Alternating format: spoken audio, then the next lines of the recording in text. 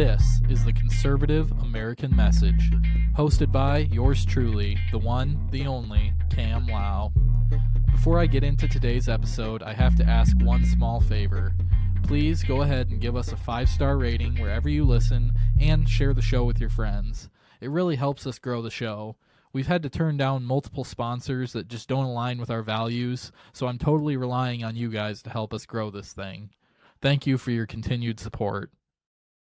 Well, if you want to just start off and kind of tell us about your career starting out as a dietitian and how you got into farming and all that. Sure.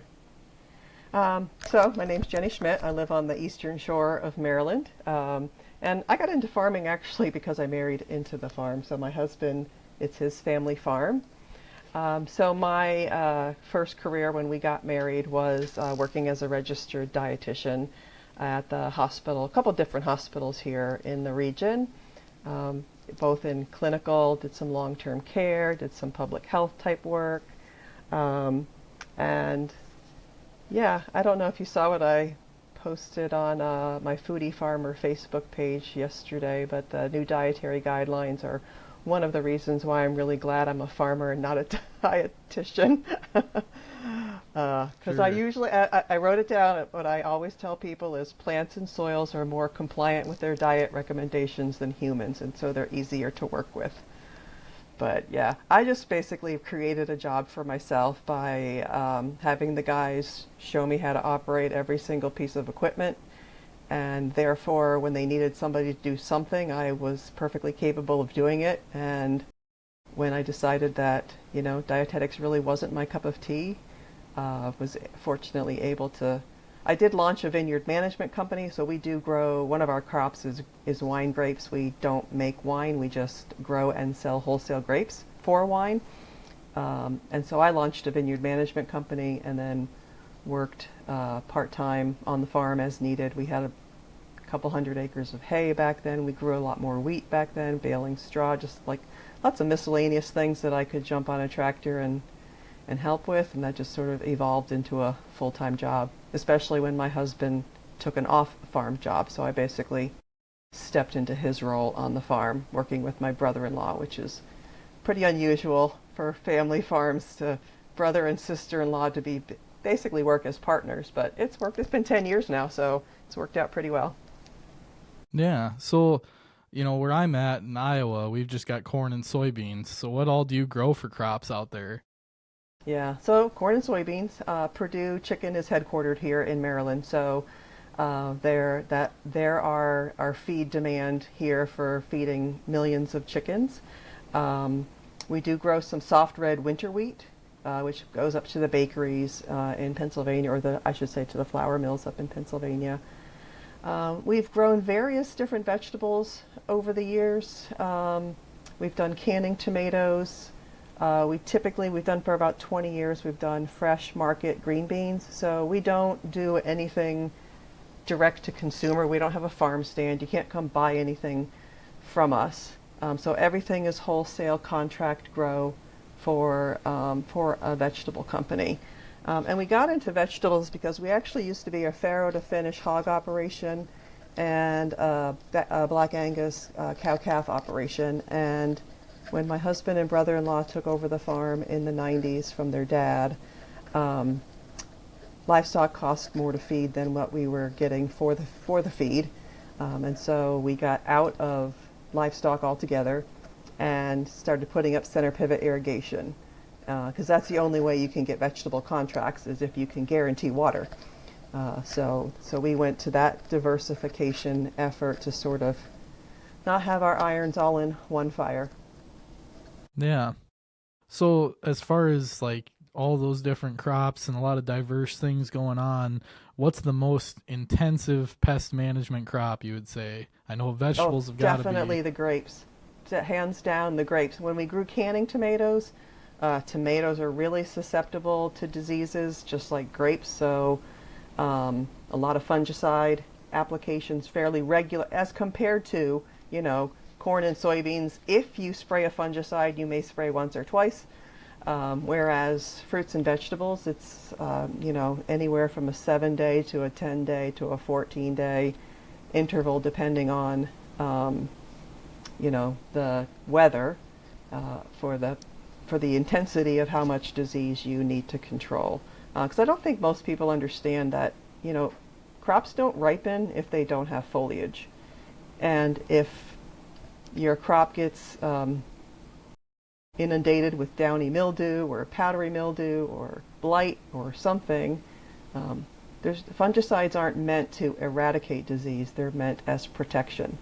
And the only way to protect the foliage is to spray the fungicide regularly, because there's new growth, every couple of days there's something more. So you're not spraying every other day, but you're spraying regularly enough to keep all of the foliage intact so that the plant can photosynthesize and ripen whatever crop it is that's growing. Yeah. So you kind of started getting into some of that with misconceptions and stuff, but obviously, whether on the politically right or the left, it seems like there's just this total disconnect from the agriculture world. And what are some of the biggest misconceptions around modern conventional farming do you think there are? The one that gets me the most is drenching. We're out there drenching our fields. So you see this big sprayer. Ours has an 800-gallon tank. There's ones that are bigger than that. There's ones that are smaller than that. But when you think about, and I have a graphic that I use in some of my slide decks, that I have 3 5-gallon buckets lined up next to the field of corn where my sprayer is parked. And a picture of, I live in Maryland, I'm a Ravens fan, so a picture of Raven Stadium. The illustration being, most farmers are spraying about 15 gallons per acre, and a football field is roughly an acre, a little bit larger than an acre. So if you actually people can visualize what most people have probably at least some type of bucket, maybe not a 5-gallon bucket, but they've seen them at Lowe's or Home Depot. They know what they look like, and trying to take that volume, which is mostly water. That's the other thing I think is a misconception, is that sprayer isn't 100% concentrated pesticide. It's whatever product you're using at the labeled rate, whether it's 4 ounces per acre or 26 ounces per acre, whatever the rate is according to the label, and the rest of it is water as the carrier to spread the product. So I think that's, they see the nozzles all open and you're spraying across the field, but what it's doing is taking those 3 5-gallon buckets and spraying it evenly across that acre. You can't do that by hand. And the other error that I think the modern technology in our tractors these days is the auto shut-off nozzles, because when you get to the point, if it was my decision to turn off the nozzles, I'd probably do some overlap, because I can't visualize where that line is between where I started and where I'm stopping. So the technology in our tractor allows us to use a lot less product, be a lot more precise with that product, and do more with less, basically. But I think that's the hardest thing, because I don't know if it's lack of science knowledge in our curriculum these days. If everybody fell asleep during biology or chemistry, I don't know. That chemophobia is really something that I think is what farmers battle a lot, because they don't really understand the importance. And it's not just a synthetic product. We've done certified organic in the past. About a decade ago, we had about 100 acres that we transitioned into organic, and we just used organic products. In the vineyard, I use them all the time, and copper and sulfur are both natural, and they're organic, but they're also highly toxic. And so I think people's misconception is that something that's natural is safer than something that's synthetic, and that's I could go on and on with all the misconceptions about spraying and pesticides. Yeah. I hit on one after the other, because people I don't know if they don't want to understand, or They just don't want to take the time to bother to really think about what it is we're doing and why we're doing it. Which I think that when you have these opportunities to talk to people about their farm, talk to them about your farm and what you're doing, and explain why, it helps every bit that we can communicate about agriculture to the non-ag public. Well, and there's also a lot of other controls and different, conservation methods that farmers do. I'm curious, like, what do you guys do, like with tillage, cover crops, any stuff like that? So I have a 1965 Older Than Me magazine from Farm Journal of my father-in-law on a highboy interseeder doing no-till agriculture and seeding cover crop. So for us, that's how long we've been doing conservation practices. It's just sort of a philosophy that's built into how we do things. But also here in the Mid-Atlantic, where we have the Chesapeake Bay water quality issues, the state has implemented a very robust cover crop program as a cost share, so that they're trying to meet metrics related to less phosphorus, less nitrogen, less sediment going into the bay, and therefore incentivizing the cover crop program. Now, how that's paid for is everybody in the state of Maryland pays a flush tax. And what I mean is your toilet. So if you're on a sewer treatment, if you're in town and you have water and sewer, that's part of your water bill. If you're like me and you're on septic and you live out in the middle of nowhere, there's a $30 or $60 fee attached to your property tax. So all that money goes into a bay restoration fund, and part of that covers or helps cover our cover crop program. It also goes towards upgrading sewer treatment plants so they can remove the nitrogen and phosphorus before they release the water, but also it's lots of different water quality initiatives. But that's, Maryland is a very urban state. Most people don't know that there's farms over here if they've never left the Baltimore, Washington metropolitan area. But the Eastern Shore is still pretty rural.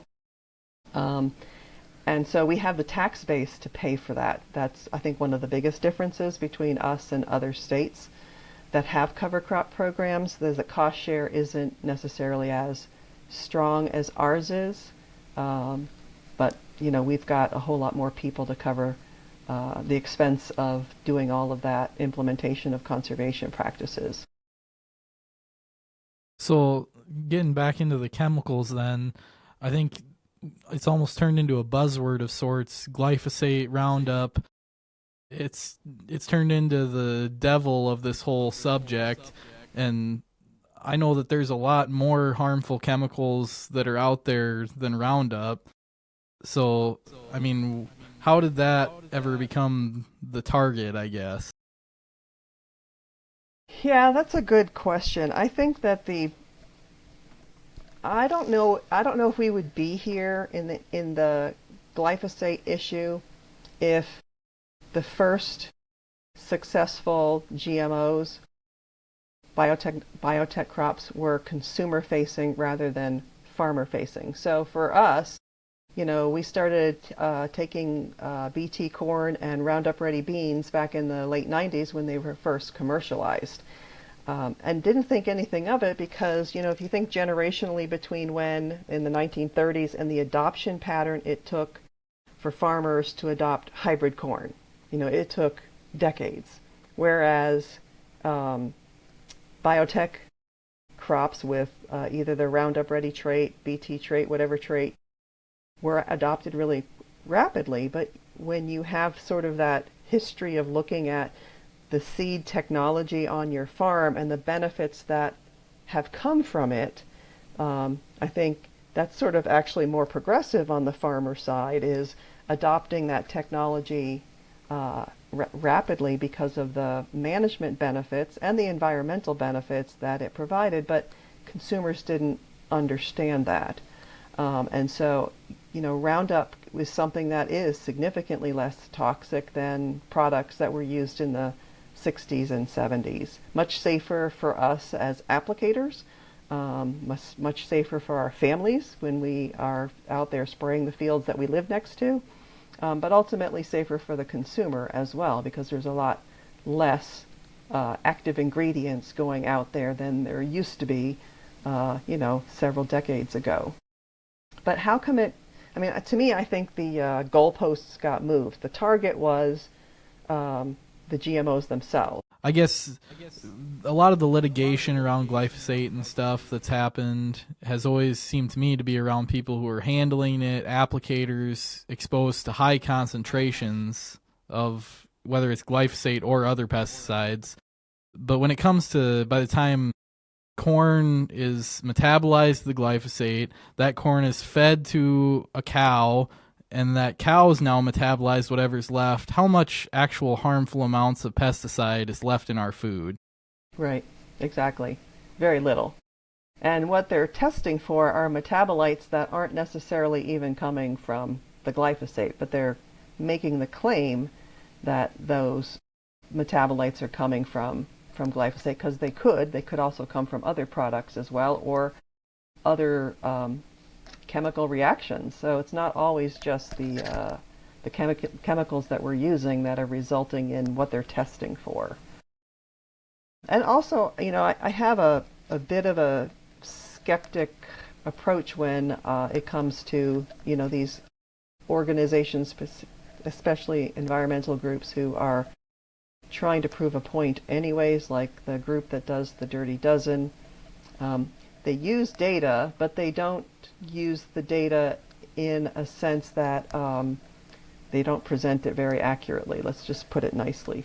So, I think that's the biggest issue. And whose metrics are they using? Because they're taking USDA data, but we don't know how they're running the analysis. We don't know if the methodology that they've used has been reviewed by any other experts. They do sort of this whole internal process that consumers are not privy to, and then they release their results without really explaining the background on how they calculated it. We see this a lot in Maryland with the water quality issues of the Chesapeake Bay, because some of the new metrics, the bay, the claim is it's not getting any cleaner, but they've added metrics like how walkable is your neighborhood. They have a whole social section of their environmental impact now, and so it's not just focused on water quality anymore, but these are nonprofit organizations who the only way to stay in business is to keep your claim going, right? Because that's how you fundraise. So there's no real incentive to claim that if you claim that the bay was clean, then what would you do? What would that, close up shop, right? Because that nonprofit is no longer needed, the bay is clean. There's a little bit of the stretching of the facts going on in a lot of different organizations that just color me skeptic, if you will. Well, and I think that, the vast majority of farmers, they use caution with all these things. They want the greatest efficacy of these products, whether it's fertilizers, pesticides, whatever it be. And I think that it's more the residential use of fertilizers and pesticides that turn into a lot bigger cause of environmental damage. Yeah.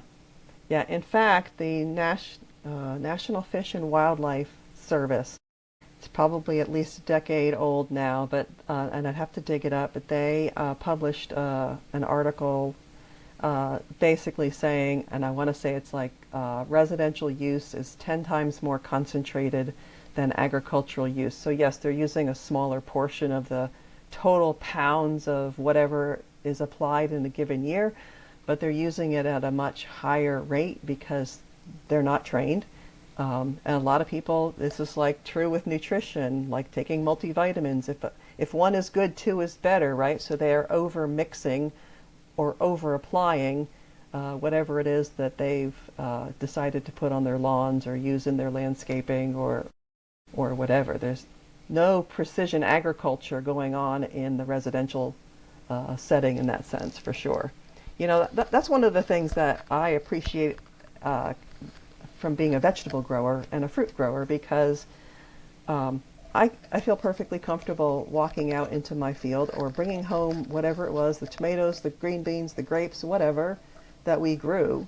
And I sprayed because I've until my nephew came back to the farm a couple of years ago, I predominantly has been the one who runs the spray rig. So I do all the mixing and applying.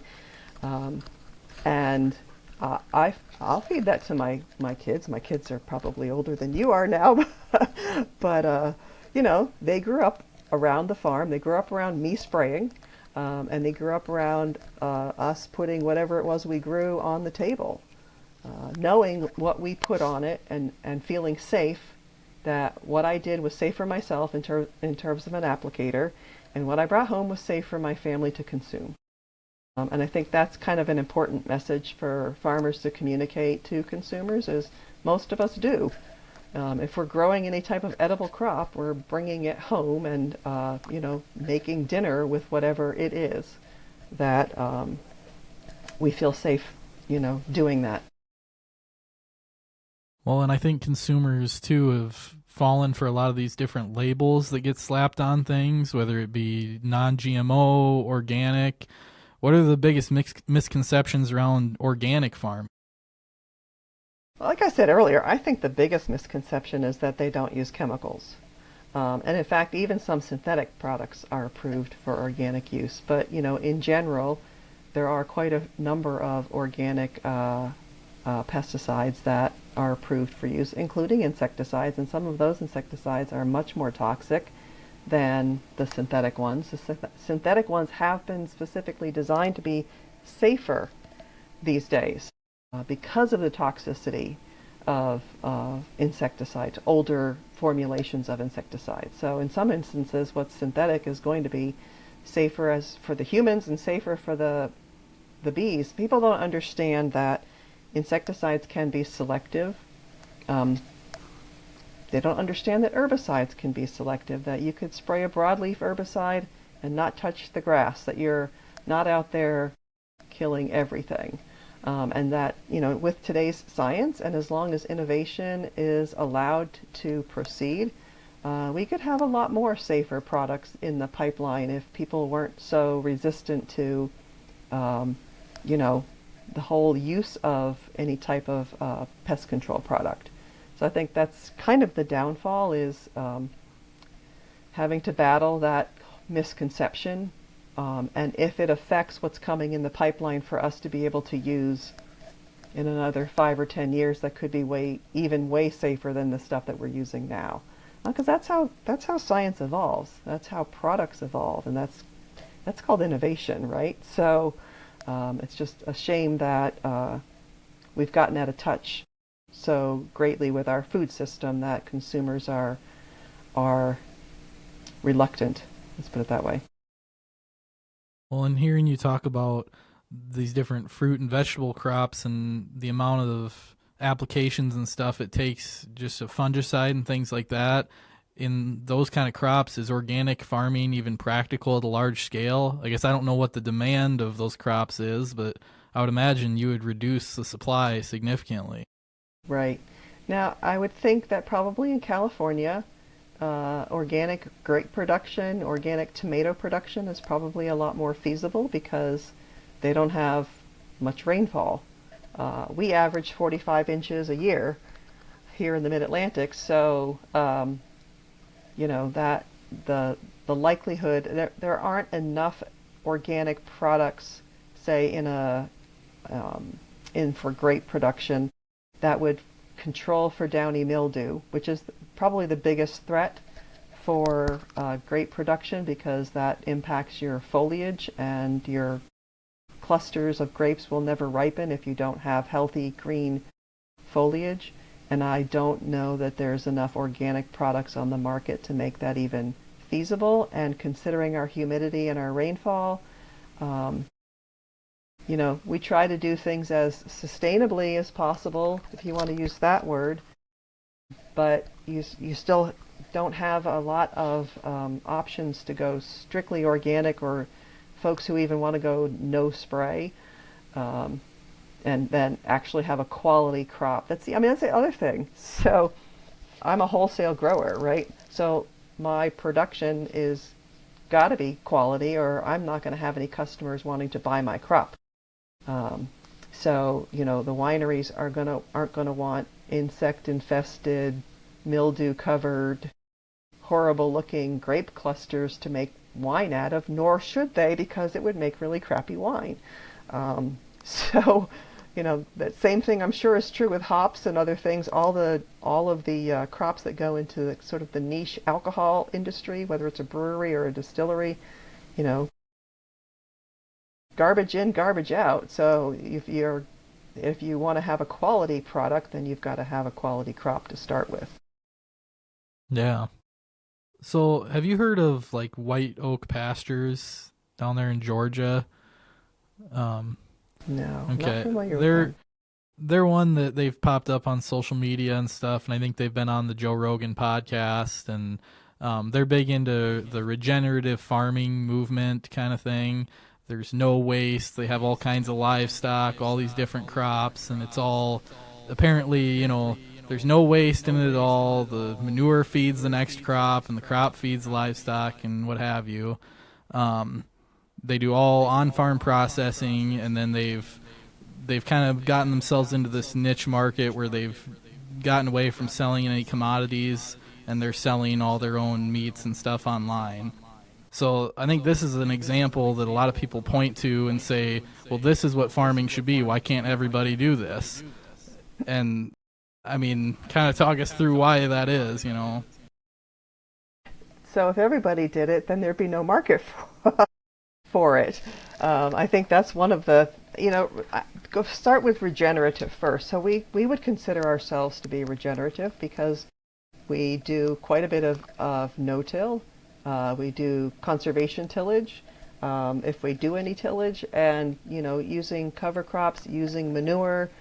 We don't have livestock to rotate pastures on, but I think all of those practices, I think there's oftentimes too many, what's the word I'm looking for?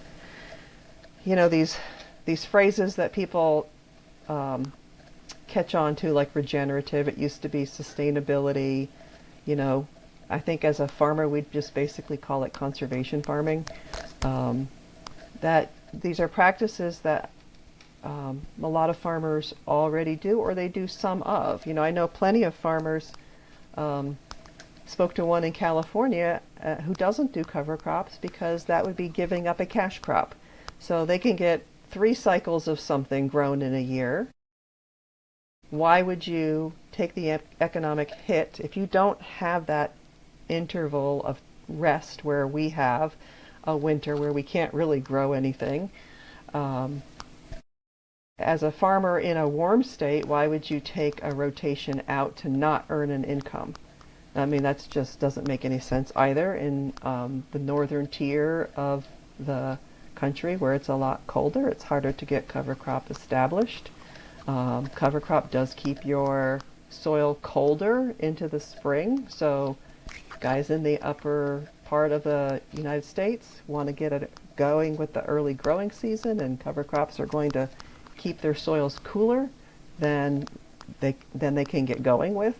So I think, to have first of all, to have a model that says everybody should do this doesn't really make any business or economic sense because it's not really practical. A lot of times we'll get comments like, well, why don't you grow something other than corn and soybeans?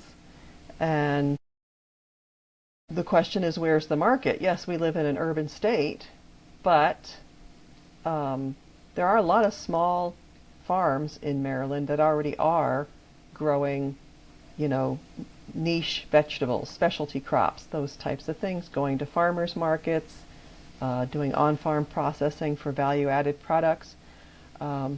It's a business model that you have to be willing to do. And if you're not inclined to be consumer facing with the direct marketing, and not everybody wants to deal with consumers directly, right? Now, but everybody wants people coming on their farm to buy whatever it is they're selling. So I think it's a business model that not everybody could or should adopt because everybody's markets are going to be different depending on where you live. If you live in North Dakota and there's nobody around for 100 miles, what good is that business model going to be? You don't have anybody to sell anything to, and nobody's going to drive 100 miles to come buy a bottle of wine or buy a jar of jelly or whatever it is you're making. So it's people trying to take the easy solution that doesn't really, or taking a cookie cutter solution that doesn't apply across the board to everybody. Yeah. So, does regulation from the government, and I know it varies quite a bit all over the country, but do you think that there's regulations that are limiting tools that are necessary for farmers today? Yeah, there's a lot of states that are battling legislation to ban one product or the other. We're expecting to probably have a couple of those in Maryland once our legislative session starts this next coming week. I expect atrazine to be on the table, possibly glyphosate. There are still groups that are trying to, remove our tools from the toolbox. And I think that for us, we have mandatory nutrient management, so it's not an option for us to follow our nutrient management plan. One of the things on my to-do list is what we call our AIR, which is an annual implementation report, where we're required to report to the state every pound of NP and K that we applied to our fields last year. And it needs to line up with our nutrient management plan. And we could get, randomly inspected by the Department of Agriculture. Now, in full disclosure, my husband is the Assistant Secretary of Maryland Agriculture, overseeing our resource conservation division. So he actually oversees our nutrient management program and our cover crop program. And I think most farmers have gotten sort of used to the idea of having to submit this information. It's just not something that we would, I think most farmers would also voluntarily follow nutrient management guidelines that are science-based, as long as it doesn't impact your economics. But I think that when it gets regulated on you is when you're challenged to push back against the government to say, look, here's why this doesn't work, or here's why it's an undue burden. We've already lost so much farmland in the state of Maryland. How much more do you want to lose by overregulating us in this, that, or the other area? But we have a lot of urban legislators in our state, and so oftentimes they'll try to propose, limiting the tools in our toolbox for crop protection products specifically. I'm just curious, like in Maryland, just compared to where we're at in Iowa, what are your guys' regulations with insecticides and pollinators? So we don't have any specific regulations related to that other than what's on the EPA label. So whatever product that's been approved and licensed by the EPA. So we don't really have any specific regulations related to any of the insecticides, except, I will take that back, chlorpyrifos was pulled a few years ago. So we're not allowed to use chlorpyrifos in the state of Maryland anymore. Wasn't a product we used to begin with on our farm.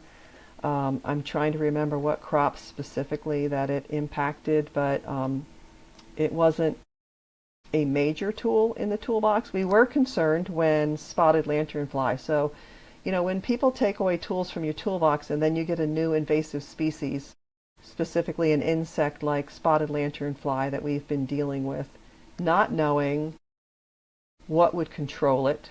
And have you heard about this insect? Oh, I guess I've never heard of it. So spotted lanternfly, it's probably coming to Iowa in maybe 10 years or so, maybe 5. It's a pretty looking moth when it develops into a moth. But they excrete a syrupy residue. They have a proboscis, which is a jabbing thing, a mouthpiece that goes into a trunk, particularly of a type of tree called tree of heaven. But they also like vineyards, so I have a lot of experience with spotted lanternfly. And so if they get excessively concentrated in your crop, especially your vine crop, like grapes, they can kill the vine if they get so intense that that there's just so many of them you don't control. So we were concerned with a new invasive species insect, whether or not it would respond to what we have available to us, like Sevin or something else that's sort of a standard insecticide. And so there was some concern not knowing what insects respond to different products. If you take something away and then you have another invasive species, do you then end up with no controls for that issue? And so I think that's, one of the things I think people need to keep in mind when they are trying to remove items from the product list, is that just there's always the potential, because there's a new invasive species, whether it's a weed or an insect. Seems like every 5 to 10 years we end up with something new and different that's resistant to whatever we have in our toolbox. Well, like in Iowa, we've got a bee rule, they call it, that basically from 8 a.m. to 6 p.m., you're not allowed to spray any insecticides unless they're specifically not selective for pollinators. And that's only if you're within a mile radius of a registered beehive. Gotcha. So, in theory, it doesn't sound like it'd be that cumbersome, and I think for farmers, it's not really impacting them as much, but from my perspective, in like the commercial applicator world and retail, it's a pain. I mean, it's impossible to get. I mean, you wouldn't think there's that many beehives, but a map of Iowa, it's just covered in registered beehives. Huh, and so that's something that we've kind of gone back and forth on. And I think prior to this, they had a rule that you just had to notify the person that had the beehive registered within 24 hours. And so that's something that we're kind of looking at. But yeah, that is not something I'm familiar with at all, and I don't want one more thing to deal with. That sounds a bit complicated. Yeah, no, it's kind of interesting just hearing like from state to state how it varies and stuff. But I mean, broadly in the United States, obviously we're probably never going to get it perfect. But do you think that in general regulations are fair towards agriculture, or do we need to be a lot less restrictive?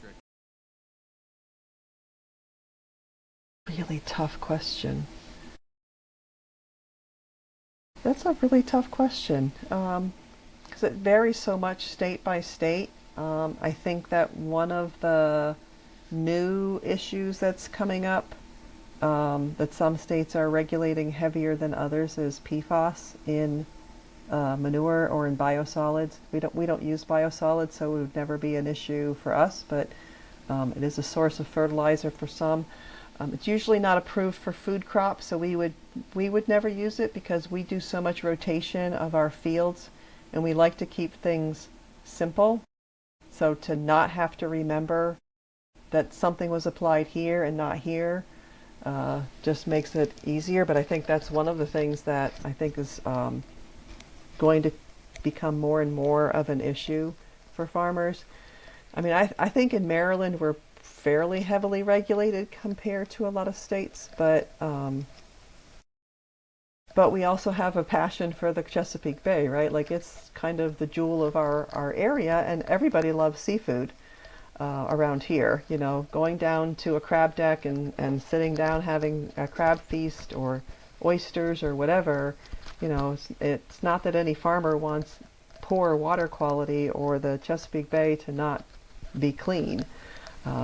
So I think that's, the thing for us is making sure that there's a balance between the watermen and the farmers, who both make a living. One makes a living from the water, the other one makes a living from the land, and trying to strike a balance between those two industries in our state, I think is probably a good part of what we're doing in terms of nutrient management on the farms. As far as Yeah. other Well, states go, it's really hard to say. Yeah, I think Delaware has similar regulations to us. They don't have as strong a cover crop program as we have. Um, yeah, but it's that's one of the reasons why when my husband was offered the position to go to the Maryland Department of Agriculture as the assistant secretary was because we thought it was very important to have somebody with 30 years of farming experience under his belt in the policy and regulation position. So if a legislature proposes something that um, he can get modified uh, or removed, explaining if he can intervene on behalf of all of Maryland agriculture, having somebody in that position knowing what's practical on the farm. So if he can't get rid of a regulation, he can at least modify the regulation so that it has a practical application on the farm. And I think, if you had somebody else who didn't have farming experience in that resource conservation position, you'd end up with a lot more unworkable solutions on the farm in terms of practicality. So I think that's the hard part is, not everybody can just kind of up and leave the farm to go do a leadership role, become a legislator, whatever, those types of things. But we need those voices and those people in key positions to help um, control the regulations, improve the application of those regulations if we can't get them, uh, you know, removed from consideration during our different legislative sessions. well, yeah, because I think education is important, but yet, unless you actually have involvement with it, you can't quite understand it. Right. What about the federal government, especially with this current administration? I'm obviously a conservative Republican. I support Donald Trump most of the time. But like RFK Jr. and some of the stuff that they've got going on there kind of worries me a little bit. So, kind of talk about what your concerns are there. So I threw up a red flag on RFK Jr. well before he was confirmed, after he stopped running for the president's position to begin with, because here in Maryland, he has a history of suing farmers. So we have firsthand experience. He brought a lawsuit with his Waterkeepers Alliance group against a poultry farmer in Maryland back in, I want to say, 2010. And we came together as an agricultural community to fundraise for the poor guy. Um, it was a mess, and he is no friend of agriculture. And so to me, it was a huge disappointment when he got confirmed, because we knew what was coming. And I think any state who has dealt with him from a farming perspective could see kind of the writing on the wall. So I was surprised when the report that came out back in the fall didn't target glyphosate like it did originally in the draft report that I think was back in July. But he's long been anti-GMO, anti-glyphosate, and not supportive of modern farming methods. And so that's, I think the biggest concern that I have, and we have experience with him in Maryland as an environmental lawyer, and it's not pleasant. So that's really my concern with the direction of the policy that USDA is taking, awfully close to HHS. So I wish that USDA would have a little bit more independence and work a little bit more separately and directly with farmers. But I'm not sure that that's the direction that this administration is heading. Well, and I don't know, it doesn't seem to me that this is a right or left issue.